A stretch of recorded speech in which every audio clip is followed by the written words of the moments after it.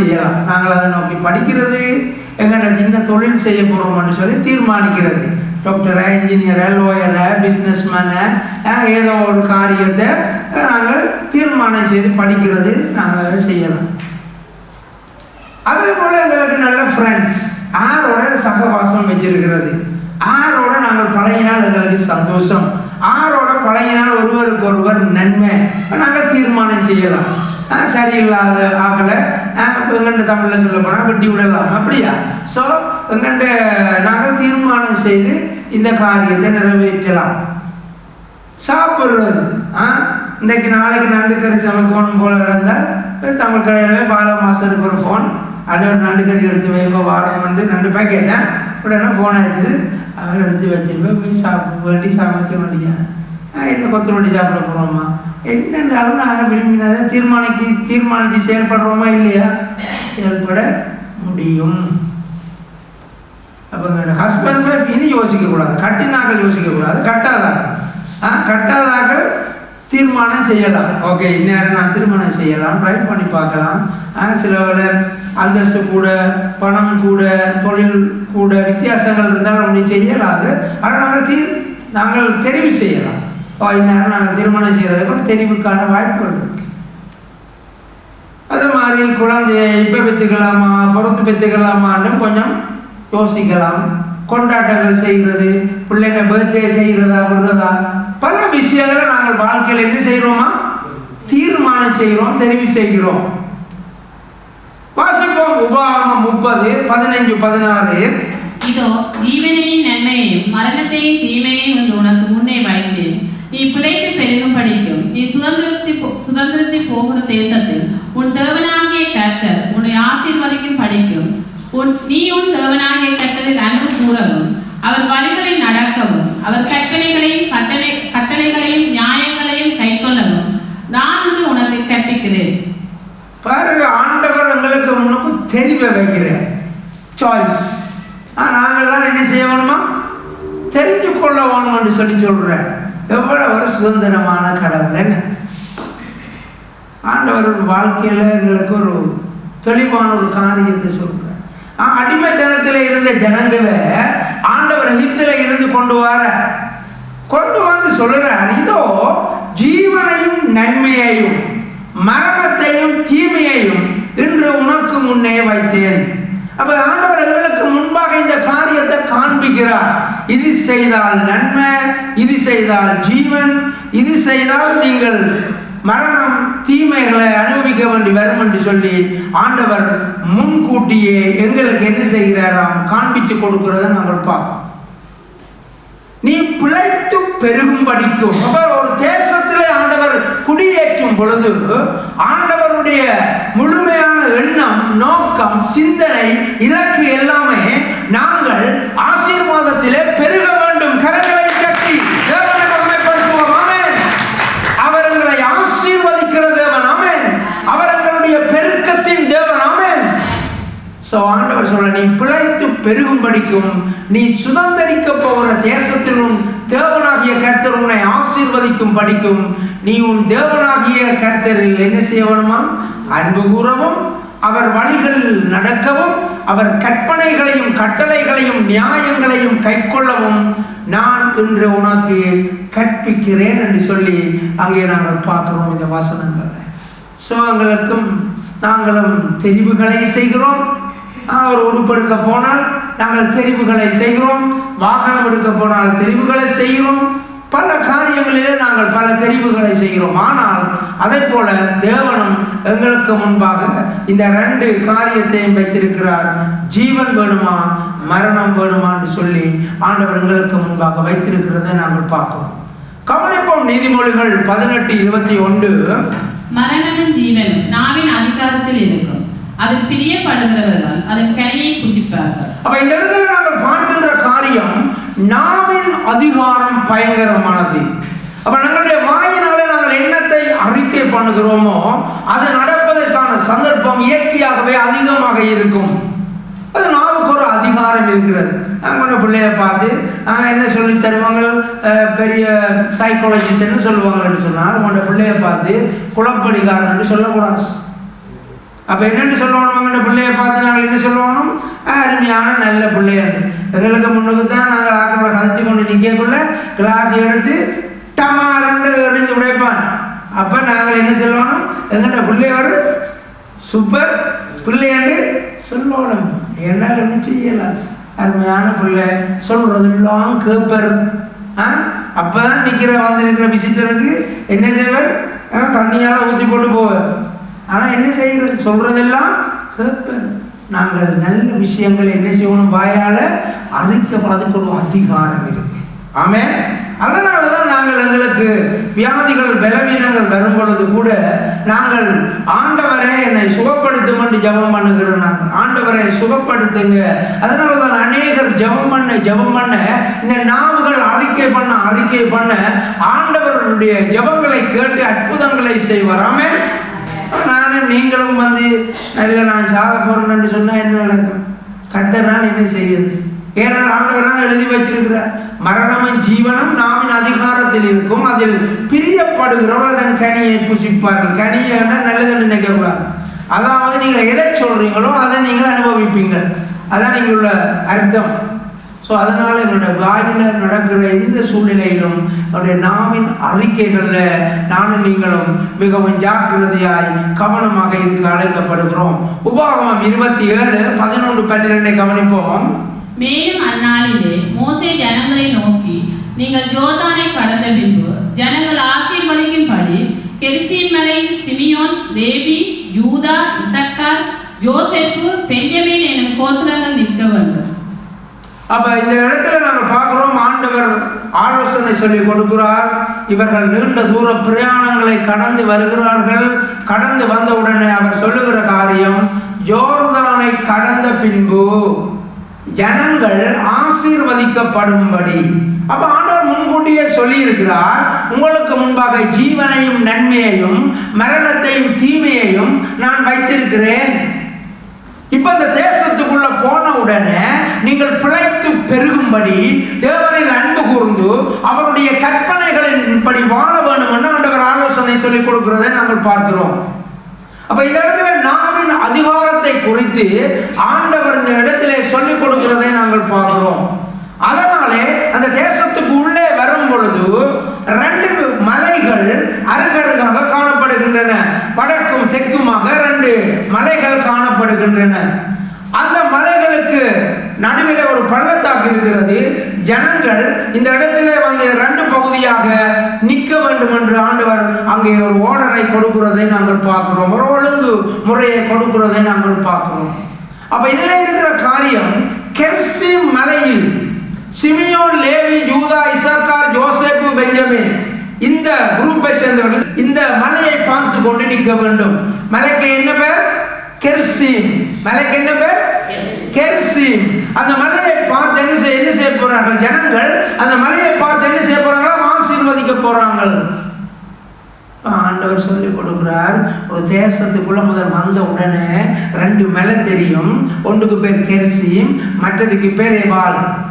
அப்ப நீங்கள் இப்ப 1வது வசனம் 12ஆம் வசனத்தில் சொல்லப்படுகிற காரியம், இன்ன கோத்திரங்கள் எல்லாம் நீ வந்து நில்லுங்க என்று சொல்லி ஆண்டவர் சொல்றதை பார்க்கிறோம். ஜனங்கள் அதை அந்த மலையை பார்த்து ஆசீர்வதிக்கிறதை நாங்கள் பார்க்க போறோம். வாசிப்போம். அடுத்தது உபாகமம் 27:13. சாபம் கூறப்படும் பொருட்டு ஏபால் மலையில் ரூபன், காத், ஆசேர், செபுலோன், தான், நப்தலி என்னும் கோத்திரங்கள் நிற்க வேண்டும். இந்த கோத்திரங்கள் எல்லாம் வந்து நிற்க வேணும். இந்த ஏபால் மலைக்கு என்ன பேர்? ஏபால். திருப்பி சொல்லுங்க. ஏபால் வேறு, அது ஆதாம் ஏபால். ஓகே. இப்ப ஏபால் மலை. அப்ப கெரிசீம் மலை, ஏபால் மலை. கெரிசீம் வந்து ஆசீர்வாதத்தின் அடையாளம், ஏபால் வந்து சாபத்தின் அடையாளம். இப்போ ஜனங்கள் இந்த கோத்திரத்தை சேர்ந்தவர்கள் எல்லாரும் அந்த மலையை பார்த்து கொண்டு நிற்கிறார்கள். இவர்கள் இங்கே கெரிசீம் மலையை பார்த்து கொண்டு நிற்கிறார்கள். இவர்கள் இந்த மலையை பார்த்து ஆசீர்வதிக்கிறார்கள். இவர்கள் இந்த மலையை பார்த்து என்ன செய்கிறார்கள்? சபிக்கிறார்கள். சாபம் கூறப்படும் பொருள் என்று சொல்லி நாங்கள் பார்க்கிறோம். ஆகவே இந்த இடத்துல நாங்கள் பார்க்கின்றோம், நம்முடைய நாவின் அதிகாரங்கள் மிக முக்கியமானவர்களுடைய வாழ்நாளிலே நாங்கள் நல்ல விஷயங்களை அறிக்கை பண்ணணும். ஆமே, நல்ல விஷயங்களை அறிக்கை பண்ணணும். எங்களுடைய வாழ்க்கையில தோற்று போகிற சூழ்நிலைகள், விழுந்து போகிற சூழ்நிலைகள், வேதனைப்படுகிற சூழ்நிலைகள் எது வந்தாலும் ஆண்டவர் எனக்கு உதவி செய்வார்னு சொல்லணும், அறிக்கை பண்ணணும். ஆமென். நான் விழுந்து போட்டேன், சோர்ந்து போட்டேன், ஒன்றும் இல்லாமல் போனேன் என்று நாங்கள் என்ன செய்யக்கூடாது? வாயினால் என்ன செய்யக்கூடாது? அறிக்கை பண்ணக்கூடாது.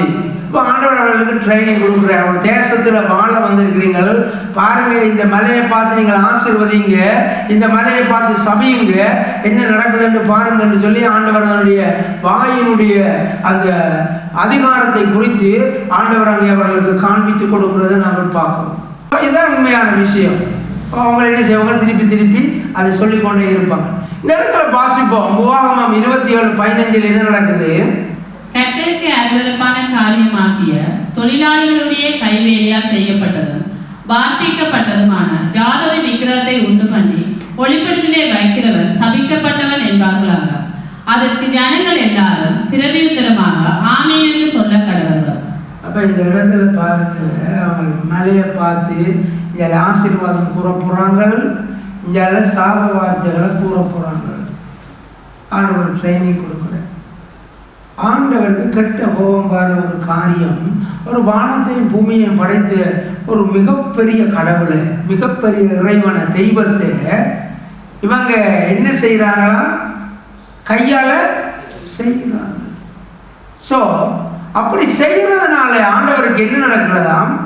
அவனுடைய வாழ்க்கை ஆசீர்வாதத்துக்குள்ளே சாபத்துக்குள்ளே போகிறது, சாபத்துக்குள்ளே போகிறது. பாருங்க, கர்த்தருக்கு அருவருப்பான முதலாவது ஸ்டெப்பே பிழைத்து போச்சு. முதலாவது கட்டமே சரி, கர்த்தருக்கு அருவருப்பு. ஒரு நாள் அவங்க வீட்டில் என்ன இருக்கக்கூடாது? சிறியல் சிறுவங்கள் படங்கள் ஒன்றுமே இருக்கக்கூடாது. ஜீவனுள்ள தேவனை நாங்கள் வழிபடுறோம்னு சொன்னால் முதலாவது விஷயத்திலே கர்த்தருக்கு அருவருப்பான காரியமாகிய தொழிலாளிகளுடைய, அப்ப எல்லாரும் விழுந்து வணங்குகிற தெய்வங்கள் எல்லாம் என்ன செய்தது? ஒரு தொழிலாளி அங்க போய் பாருங்க, சிலையல் செய்யற இடத்துல போய் பாருங்க, எல்லாம் விழுந்து கிடக்கும், எல்லாம் காலால மிதிச்சு சிலையை கடந்து போவாங்க, என்ன படங்களை எல்லாம் மிதிச்சு கொண்டு போவாங்க. ஃபேக்டரியில துருக்கராய பிரிண்ட் பண்ற இடத்துல எல்லாம் அடிச்சு அங்கே ஒரு ரோல் வரும், எல்லாம் சுருட்டி வச்சு வெட்டுவாங்க, அதுக்கு பிறகு ஃப்ரேம் போடுவாங்க.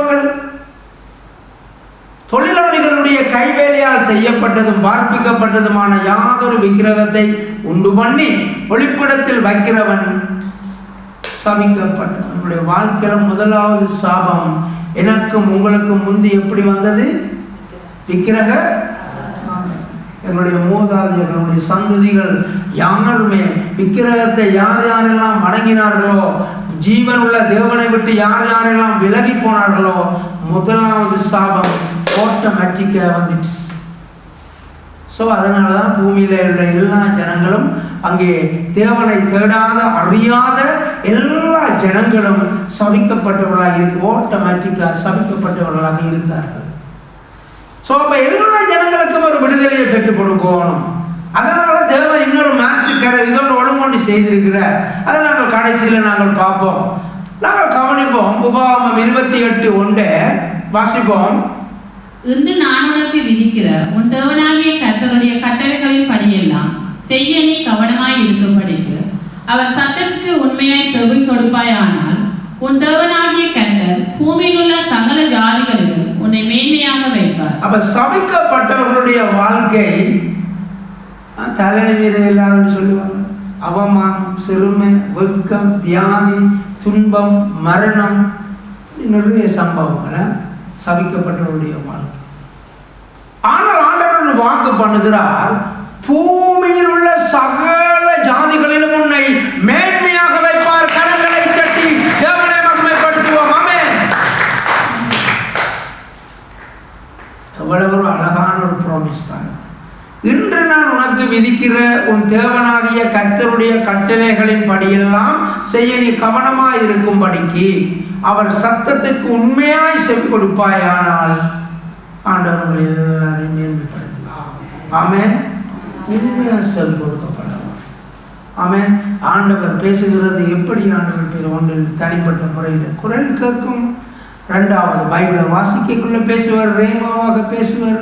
மூன்றாவது பிரசங்கங்கள் மூலம் பேசுவார். நாலாவது நீங்கள் தனித்திருக்கக்குள்ள மனச்சாட்சியில் இருந்து பேசுவார். ஆண்டவர் பல வழிகளில் மனுஷரோட ஒவ்வொரு நாளும் பேசிக்கொண்டு தான் இருக்கிறார். ஆமென். அவர் வழி நடத்தி கொண்டு தான் இருக்கிறார். ஆனால் அது சத்தத்தை கேட்டு பழகும். ஸோ இந்த இடத்துல ஆண்டவர் என்னையும் உங்களையும் எல்லா வழிகளிலையும் அவர் மேன்மையாக வைக்க அவர் உண்மை உள்ளவராக இருக்கிறார் என்பதை மறக்கக்கூடாது. உபாகமம் 30:19 கவனிப்போம். நான் ஜீவனையும் மரணத்தையும் ஆசீர்வாதத்தையும் சாபத்தையும் உனக்கு முன் வைத்தேன் என்று உங்கள் மேல் வானத்தையும் பூமியையும் என்று சாட்சி வைக்கிறேன். ஆகையால் நீயும் உன் சந்ததியும் பிழைக்கும் படிக்கு நீ ஜீவனை தெரிந்து கொண்டு. அப்ப ஆண்டவர் சொல்லுகிற ஆலோசனையை பாருங்க. ஜீவனையும் மரணத்தையும் ஆசீர்வாதத்தையும் சாபத்தையும். அப்ப இன்றைக்கு நானும் நீங்களும் சாபத்தில் யாராவது இருக்கிறோமா இருந்தால் தெரிவு செய்தது நாங்கள்லாம் தெரிவு. இன்றைக்கு நானும் நீங்களும் ஆசீர்வாதமா இருக்கிறோம் என்றால் யார் தெரிவு செய்தது? நாங்கள்லாம் தெரிவு செய்தது. இன்றைக்கு இதில் இருக்கிற ஒவ்வொருத்தருடைய வாழ்க்கை இன்னொரு ஆட்களை சார்ந்தா நீங்கள் தீர்மானிச்சது நீங்கள் ரட்சிக்கப்படுறதுக்கு எல்லாத்தையும் தூக்கி எறிஞ்சு விட்டு அவமானப்பட்டு பாருங்க. உங்களோட மூத்த மகளுடைய கொண்டாட்டம், அவங்க ஏராளமான உறவுகள் வந்து ஏராளமான நகைகளை போட்டு சிறப்பாக கொண்டாட ஆல்பம் பார்த்தேன், சிறப்பாக கொண்டாடினோம். ஆனால் அவங்க 2 பிஸ்னஸ் செய்து நட்டப்பட்டு போய் இப்போ இந்த கடவுளை தேடி 100 நாள் உபவாசம் இருந்து கடவுளை தேடி இயேசுவை கண்டுபிடிச்சா பிறகு ஒருத்தனை கதைக்கிறீர்கள் கொஞ்சம் காலம் கடவுளை கண்டு. ஆனால் நீண்ட காலமாக அவங்க தொடர்ந்து இயேசுவுக்குள்ள உறுதியாக இருக்கிறதையும் மீண்டும் அவர்கள் ஆசீர்வாதமாக வாழ்கிறதையும் பார்த்துவிட்டு இப்போ உறவினர்கள் எல்லாம் எல்லா கொண்டாட்டங்களுக்கு வந்து அவங்களை ஆசீர்வதிக்கிறாங்க. கரங்களை கட்டி தேவனை மகிமைப்படுத்துவோமாமே. ஸோ இதுதான் உண்மையான விஷயம். ஸோ நான் எங்களுக்கு முன்பாக தேவன் என்னத்தை வைத்திருக்கிறாராம்? தெரிவு செய்கின்ற உரிமையை.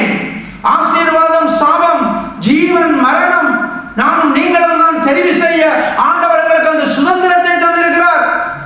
இன்றைய நாளிலே ஆண்டவர் என்னை உங்களையும் ஆசீர்வாதத்தை நோக்கி நடத்த விரும்புகிறார். ஆமென்.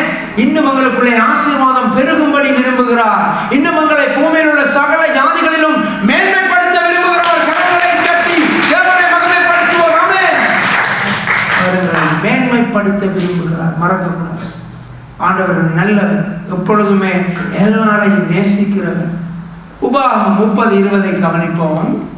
கர்த்தரும் பிதாக்களாகிய ஆபிரகாமுக்கும் ஈசாக்குக்கும் யாக்கோபுக்கும் கொடுப்பேன் என்று அவர்களுக்கு ஆணையிட்டு கொடுத்த தேசத்திலே குடியிருக்கும் படிக்கு உன் தேவனாகிய கர்த்தரில் அன்பு கூர்ந்து அவர் சத்தத்திற்கு செவி கொடுத்து அவரை பற்றி கொள்வாயாக. அவரே உனக்கு ஜீவனும் தீர்க்காயுசுமானவர் என்றார். இப்போ இந்த இடத்துல நான் பார்க்கின்ற விஷயங்கள், கவனிக்க வேண்டிய விஷயம், எப்பொழுதுமே ஆண்டவரை பின்பற்றினால் கர்த்தருடைய பிள்ளைகளாக அவரை நம்பி வாழ்கிறவர்களாக இருக்கும். அவருடைய வார்த்தைக்கு செவி கொடுத்து அவரை கனம் பண்ணுகிற பிள்ளைகளாக இருக்கும். கர்த்தர் பிதாக்களாகிய ஆபிரகாமுக்கும் ஈசாக்குக்கும் யாக்கோபுக்கும் கொடுப்பேன் என்று அவர்களுக்கு ஆணையிட்டு கொடுத்த தேசத்திலே குடியிருக்கும்படிக்கு உன் தேவனாகிய கர்த்தரில் அன்பு கூர்ந்து அவர் சத்தத்துக்கு செவி கொடுத்து அவரை பற்றி கொள்வாயாக. அவரே உனக்கு ஜீவனும் தீர்க்காயுசுமானவர். இல்லை, நாங்கள் கவனிக்க வேண்டிய காரியம், இவங்களெல்லாம் மிகத்தில் அடிமைகளாக இருந்து எத்தனையோ அனுபவங்களுக்கு கூடாக கானான் தேசத்துக்கு வந்தடைகிறார்கள். அப்போ வந்தடைகிறதுக்கு முன்பதாக எல்லாம் தெளிவாக சொல்லப்படுகிறது. தீர்க்க தரிசனங்களாக, வெளிப்பாடுகளாக, நீங்கள் அங்கே போன உடனே என்னென்ன செய்ய வேணும் என்று சொல்லி அப்போ அவங்களுக்கு நினைவுபடுத்தப்படுகின்றது. ஆபிரகாம், ஈசாக், யாக்கோப் அவர்களோட தொடர்பு கொண்ட கடவுள் நான் தான், அந்த தேவன் தான் உங்களுக்கு இந்த தேசத்தை கொடுப்பேன் என்று சொன்னார். இப்பொழுது அது நடந்து கொண்டிருக்கிறது, நடக்க போகிறது. அதனால நீங்கள் அந்த தேவனை அன்பு கூர்ந்து அவர் சத்தத்துக்கு செவி கொடுத்து அவரை பற்றி கொள்ளும் பொழுது என்ன உண்டாகிறது? அவங்களுக்கு ஜீவனும் தீர்க்காயுசும். ஆமென். 40 வருஷம் நடந்து வந்தவர்களுடைய கால்கள் வீங்கவும் இல்லை, அவர்களுடைய ஆடைகள் பழசாய் போகவும் இல்லை. 40 வருஷம் நடந்து நடந்து நடந்து வந்தவர்களுக்கு கால்கள் என்ன செய்யலையா? வீங்கல்ல. சரீரத்தில் நல்ல சுகம் இருந்தது, விடுதலை இருந்தது. காரணம் கல், மண், பாலைவனங்கள், மேடு, பள்ளம் எல்லாத்திலே ஏறி இறங்கியும் அவள் யாருக்கும் கால் வீங்கியல. காரணம் அவர் அழைச்சபடியினாலே. ஆமென். அவர் அழைத்தவர் உண்மை உள்ளவர். ஒரு நாளும் அவரை நம்பி வந்த பிள்ளைகளுடைய கால்களை வீங்க செய்வாரா? அவர் தானே அழைச்சு கொண்டு வார, வாங்க வாங்க உங்களை ஒரு நல்ல ஒரு தேசத்துக்கு கொண்டு போறோம் என்று கொண்டு வராரு அல்லவா? அவரை நம்பி வந்த பிள்ளைகளுடைய கால்கள் வீங்க அவர் அனுமதிப்பாரா? இல்லை. ஆண்டவருடைய சத்தத்தை கேட்டு அவரை முழுமையாக நம்பி அவரை பின்தொடரும் பொழுது ஆண்டவர்களுக்கு வேண்டிய சகல சரீர சுகங்களை என் கட்டளையிடுவார். ஆமென், ஆமென். அவரே உனக்கு ஜீவனும் தீர்க்காயுசும் உள்ளவராயிருக்கிறார், தீர்க்காயுசமானவராயிருக்கிறார். நம்முடைய ஜீவனுக்கு அவர் தான் பொறுப்பு. பிரியமானவர்களே, நாங்கள் ஆண்டவருடைய சத்தத்தை கேட்டு கவனமாய் நடப்பதிலே ஜாக்கிரதையாக இருக்கும்படி இன்றைய நாளிலே ஆவியானவர் நம்மோடு பேசிக் கொண்டிருக்கிறார். ஏசாயா 55:5 கவனிப்போம். இதோ நீ அறியாதிருந்த ஜாதியை வரவழைப்பாய், உன்னை அறியாதிருந்த ஜாதி உன் தேவனாகிய கர்த்தரின் நிமித்தமும் இஸ்ரவேலுடைய பரிசுத்தத்தின் நிமித்தமும் உன்னிடத்துக்கு ஓடி வரும். அவர் உன்னை மேன்மைப்படுத்தி இருக்கிறார். அவன் நான் முதல் ஆரம்பத்தில் நிரோ சிஸ்டர் மாதிரி பைபிளை வாய்ச்சி கொண்டு இருந்தேன். குழம்பில் சும்மா கிடைச்சது நான் போய் வேண்டினான் தான் அந்த பைபிள். சரி சும்மா இது வாய்ச்சி கொண்டு இருந்தேன். அப்போ இந்த வசனத்தில் வந்து நின்ற உடனே இந்த வசனம் மங்களை திரும்ப விடுவதில்லை, என்னோட பேசு. எனக்கு அர்த்தம் தெரியாது, ஒன்றும் தெரியாது. இப்போ நாள் கூகுள்லையாவது அடித்து பார்க்கலாம் என்ன மீனிங் இல்லை, எக்ஸ்பிளனேஷன். இது என்னென்னு விளங்க இல்லை. ஆனால் நான் எல்லாம் நீண்ட காலத்து பிறகு சிறைக்கு போன அப்புறம் சொன்னாங்க, உன்னோட இந்த வசனம் பேசினதா ஓகே, அப்போ நீ வந்து ஒரு பெரிய ஒரு சபைக்கு ஒரு பாஸ்டராக இருப்ப, நீ அறியாத ஜனங்கள் எல்லாம் அங்கே உங்கள் சபைக்கு வரணும் என்று சொல்லி எனக்கு சிறையில் விளக்க சொன்னாங்க. அப்போ இங்கே யாராவது சொந்தக்காரர் இருக்கிறீங்களா? அண்ணன், மாமன், மச்சான், சித்தப்பா, பெரியப்பா இல்லை தானே? எல்லாரும் வேறு ஆக்கலாம் அண்ணன். அதான் இந்த வசனம் பாருங்க. உன்னை அறியாதிருந்த ஜாதி உன் தேவனாகிய கர்த்தரின் நிமித்தம். பாருங்க, நீங்கள் ஏன் என்ன வந்திருக்கீங்க இந்த சேர்ச்சுக்கு? கர்த்தரின் நிமித்தம் இந்த சேர்ச்சுக்கு வந்திருக்கீங்க. பாருங்க, இந்த வசனம் ஆண்டவர் இன்னும் செய்யறதுக்கு நிறைய இருக்கு. இன்னும் நிறைய பேர் வேற இருக்கணும். கரங்களை தட்டி தேவனை மகிமைப்படுத்துவோம். அதனால என்ன உங்களுக்கு சொல்ல வாரேன்னு சொன்னால், ஆண்டவர் ஒரு வார்த்தையை சொன்னால் அதை நிறைவேற்றுவார். ஆமென், ஆமென். இந்த இடத்துல பேருந்து நான் அந்த வேதத்தை பற்றி அறிஞ்ச பிறகு இந்த வார்த்தை உண்மையாக யாரை பற்றி எழுதப்பட்டிருக்கு? ஜீசஸை பற்றி எழுதப்பட்டிருக்கு. இயேசுதானே சபைக்கு தலையானவர். இயேசுவட்டு தான் எல்லாரும் ஓடி வருவார்கள். அப்போ இதுக்கு பேர் வந்து ரேமா. அண்டு எனக்கு பேசின வார்த்தை ஓகே, இது உன்னை ஊழியத்துக்கு அழைச்சு. ஆனால் பைபிளில் இருக்கிற காரியம் லோகோஸ், அது வந்து ஜீசஸுக்கான வார்த்தை அது. அதனால தான் பைபிள் விஷயங்களில் நாங்கள் வாசிக்கும் பொழுது ஆண்டவர் அந்த நேரம் எங்களோட பேசுகிறதும் பொருந்தும். அது யாருக்கு பேசப்பட்டது, எப்போ பேசப்பட்டது, ஏன் பேசப்பட்டது என்பதை நாங்கள் அறிஞ்சிருக்க வேண்டும். ஆமென். அப்போ அதனால தான் ஆண்டவர் சொன்ன வார்த்தையின்படி என்ன உயர்த்தி கொண்டு இருக்கிறார் என்பதற்காக நான் இந்த வார்த்தையை உங்களுக்கு நான் கொண்டு காண்பிக்கிறேன். ஆமென். வாசிப்போம். இந்த எல்லா ஜனங்களுமே, ஒட்டுமொத்த ஜனங்களுமே ஜீவனுள்ள தேவனை ஆராதிக்காமல் மறந்த சகல ஜனங்களுமே பொதுவான சாபத்துக்குட்பட்டிருந்தார்கள். நாங்கள் பார்த்தோம், ஆரம்பத்திலே நாங்கள் பார்த்தோம், ஜீவனுள்ள தேவனை ஆராதிக்காமல் விக்கிரகங்கள், சிலைகள், சூரியன், சந்திரன், நட்சத்திரங்கள், காற்று, அக்கினி இவர்கள் எல்லாவற்றையும் வழிபட்டவர்கள் என்னத்துக்கு உட்பட்டிருந்தார்கள்? சாபத்துக்குள்ளே உட்பட்டிருந்தார்கள். அதனாலதான் பொதுவாக எல்லா ஜனங்கள் மேலேயும் இருந்த சாபம், ஆதாம்ல வந்த சாபம், அதுக்கு பிறகு பிறந்த எல்லா மனிதர்கள் மேலேயும் சாபம் இருந்தது. கீழ்ப்படியாமையினால் வந்த சாபம். அந்த சாபங்கள் எல்லாவற்றையும் தீர்க்கிறதுக்கு ஒரே வழி, தேவனே இறங்கி வந்து தன்னை ஜீவ பலியாக அவர் கொடுத்து எல்லாருடைய சாபங்களையும் அவர் நிவர்த்தியாக்கினார் என்று சொல்லி நாங்கள் பார்க்கிறோம். ஆமென். சாபங்களை நீக்கிறதுக்கு நாங்கள் என்னென்ன செய்தால் சாபம் போகும்? இப்படியே மற்றது ஜெருசலேமுக்கு போனால் சாபம் தீரும். இப்படியே ஒவ்வொரு மனுஷனும் தங்கண்ட அனுபவங்கள், மூதாதையர்கள் சொன்ன கதைகள், பரம்பரையாக சொல்லப்பட்ட காரியங்களை வச்சு அவங்க அறிக்கை பண்ணுவாங்க. காரியம்தான் இந்த விஷயம். வாசிப்போம், கலாத்தியர் 3:13 வாசிப்போம்.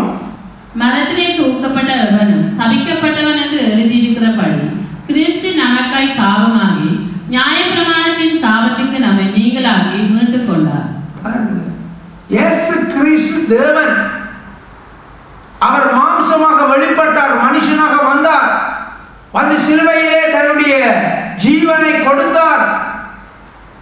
அந்த காலத்தில் ரோமர்களுடைய காலத்தில் களவெடுத்தவன், பயங்கரமான தேசத்துக்கு விரோதமான போராளியாக இருந்தவங்கள், பயங்கரவாதிகள், தீவிரவாதிகள் எல்லாருக்கும் எங்கே மரண தண்டனை? இந்த சிலுவை மரத்தில் தான் மரண தண்டனை.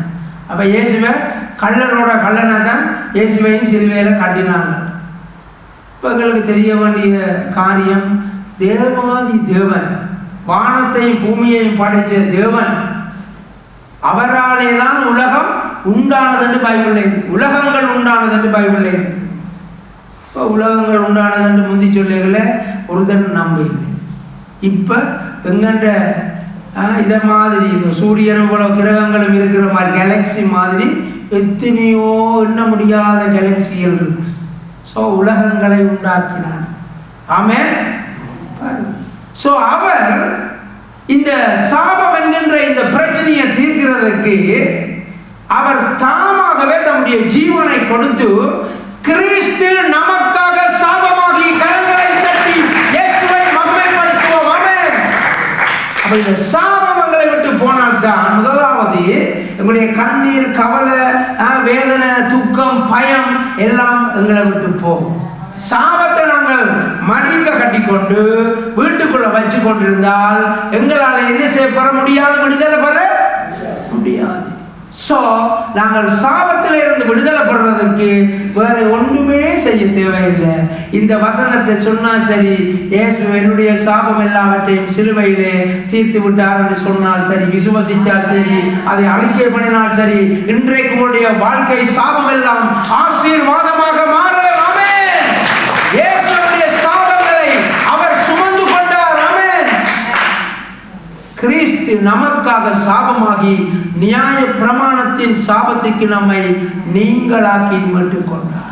அதான் இந்த நியாய பிரமாணம். வரைக்குள்ள எல்லாம் சொன்னாங்க, நீங்கள் எல்லாம் வரிசையில் வாங்க, நீங்கள் அப்படி சொல்லுங்க, இப்படி சொல்லுங்க, அந்த ஒழுங்குகளை கேளுங்க, அதில் கேட்காவிட்டா சாபம். அந்த எல்லா சாபத்துக்கும் இயேசு சிலுவையில் என்ன செஞ்சுட்டார்? நமக்காக சாபமாகினார்.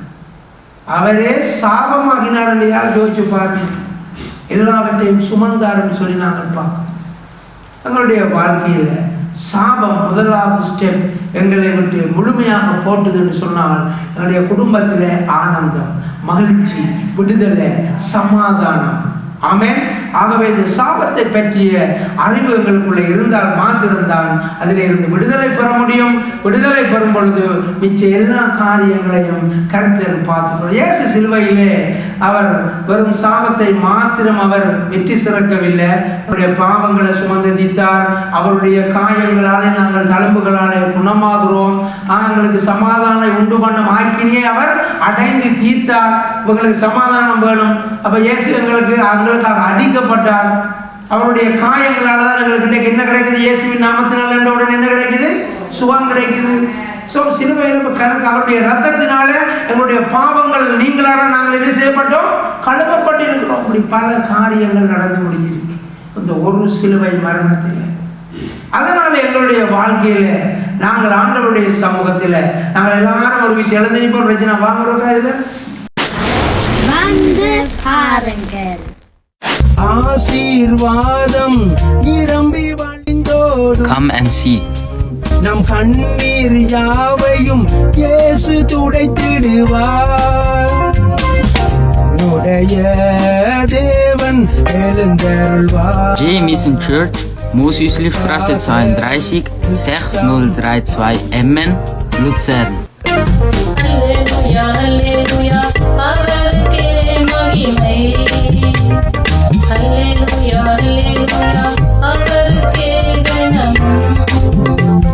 Halleluja, Halleluja, அவருக்கே துதிகள்.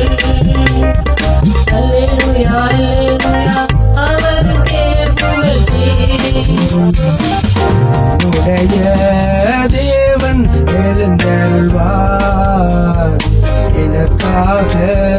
யுத்தம் பண்ணுவார். என்னுடைய தேவன் எழுந்தருள்வார்.